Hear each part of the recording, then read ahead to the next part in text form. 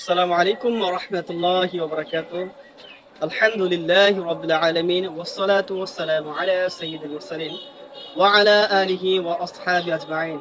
أما بعد، أعوذ بالله من الشيطان الرجيم. بسم الله الرحمن الرحيم. وامتازوا اليوم أيها المجرمون. وقال النبي صلى الله عليه وسلم: من لم يسأل الله يغضب عليه. আলহামদুলিল্লাহ, সমস্ত প্রশংসা আল্লাহ তাআলার জন্য, যে আল্লাহ তাআলা আমাদেরকে নেক হায়াত দান করেছেন। এজন্য শুকরিয়া জ্ঞাপন করি আলহামদুলিল্লাহ। দেখুন, আল্লাহ তাআলা আমাদের যে হায়াত দিয়েছে, এর মধ্যে আমরা দুইটা জিনিস করব। আমাদের হায়াতের উদ্দেশ্য কি?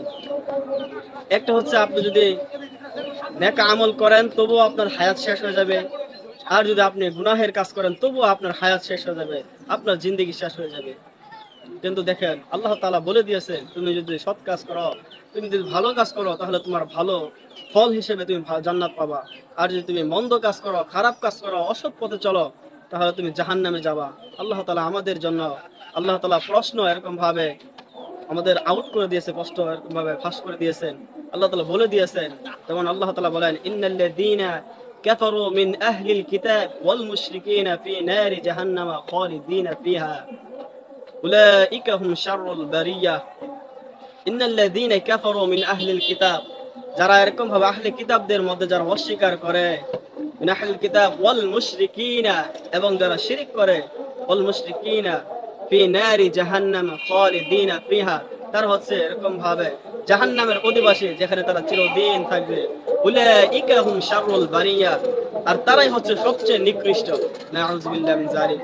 আল্লাহ তাআলার পরিপ্রেক্ষিতে আবার তিনি বলেন, ইন্নাল্লাযীনা আমানু ওয়া আমিলুস সালিহাত, নিশ্চয় যারা ঈমান এনেছে এবং সৎকর্ম করেছে, ওয়া আমিলুস সালিহাতি, ইন্নাল্লাযীনা আমানু ওয়া আমিলুস সালিহাতি উলাইকা হুম খায়রুল বারিয়াহ, যারা ঈমান এনেছে এবং সৎ কাজ করেছে, তারাই হচ্ছে সবচেয়ে উত্তম, আর তাদের জন্য রয়েছে জান্নাত, খালিদিনা ফিহা আবাদা, এখানে তারা এরকম ভাবে চিরদিন সেখানে থাকবে।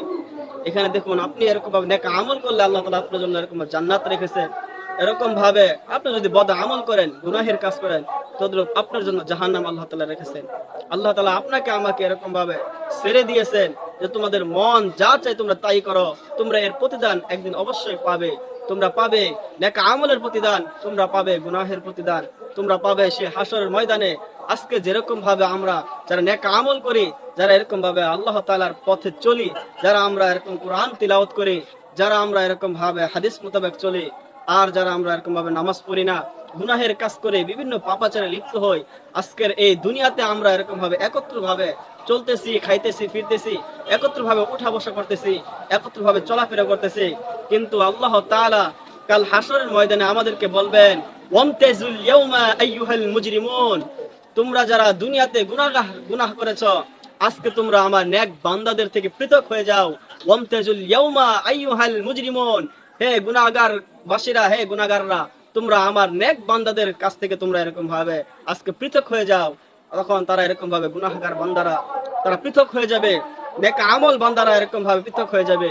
যারা নেক আমল করেছে তারা একদিকে চলে যাবে, আর যারা বদ আমল করেছে, নেক আমলের যাদের সাথে তারা ছিল, নেক আমলের যারা এরকম ভাবে একসাথে ছিল, তাদেরকে সেই দিন আখিরাতে হাসরের ময়দানে তাদেরকে পৃথক করা হবে। এজন্য আমরা দুনিয়াতে যতটুকু ভাবে এরকম ভাবে মিলেমিশে চলতেছি, এরকম ভাবে একই প্লেটে খাইতেছি, কিন্তু কাল হাসরের ময়দানে আমাদের আমলের ভিন্নতার কারণে আল্লাহ তাআলা আমাদেরকে পৃথক করে দিবেন। এজন্য আসুন আমরা আল্লাহ তাআলার কাছে চাই, আমরা আল্লাহ তাআলার কাছে ক্ষমা চাই, আমরা আল্লাহ তাআলার কাছে চাই, হে আল্লাহ আপনি আমাদেরকে ক্ষমা করুন। যেমন রাসূলুল্লাহ সাল্লাল্লাহু আলাইহি ওয়াসাল্লাম বলেন, মান লাম ইয়াসআলিল্লাহ ইয়াগদাব আলাই, যে ব্যক্তি আল্লাহ তাআলার নিকট দোয়া করে না, ওই ব্যক্তির উপর আল্লাহ তাআলা রাগান্বিত হন। এজন্য আমরা একমাত্র আল্লাহ তাআলার কাছে চাইবো। আমরা যদি আল্লাহ তাআলার কাছে চাই, তাহলে আল্লাহ তাআলা খুশি হবেন। প্রিয় ভাই, আর যদি আমরা এরকম ভাবে আল্লাহ তাআলার কাছে না চাই, এরকম ভাবে দুনিয়াবাসীদের এরকম চাই, দুনিয়াবাসীর যারা ক্ষমতাবান আছে তাদের নিকট চাই, আল্লাহ তাআলা নারাজ হবেন। হয়তো আপনার দুনিয়ার এরকম ভাবে সাময়িক সমস্যা দূর হবে, কিন্তু আপনার যে চিরস্থায়ী সে জাহান্নামে থাকতে হবে, সেটা আপনার দূর হবে না। এজন্য একমাত্র আল্লাহ তাআলার কাছে চাইতে হবে আমাদের, একমাত্র আল্লাহ তাআলাকে এরকম ভাবে রব হিসেবে মানতে হবে, একমাত্র তারই হুকুম মানতে হবে, তার নিষেধ মানতে হবে। এজন্য আসুন আমরা সকলেই আল্লাহ তাআলার হুকুম মেনে নবী করিম সাল্লাল্লাহু আলাইহি ওয়াসাল্লাম তরিকায় চলে আমরাও সেই আখিরাতে যেন সেই হাসরের ময়দানে যেন আমরা সেই নেককার বান্দাদের দলভুক্ত হতে পারি। আমরা যেন সেই বদকার গুনাহগার বান্দাদের দলভুক্ত না হই, এদিকে আমরা খেয়াল করব এবং বেশি বেশি একমাত্র আল্লাহ তাআলার কাছে চাইবো।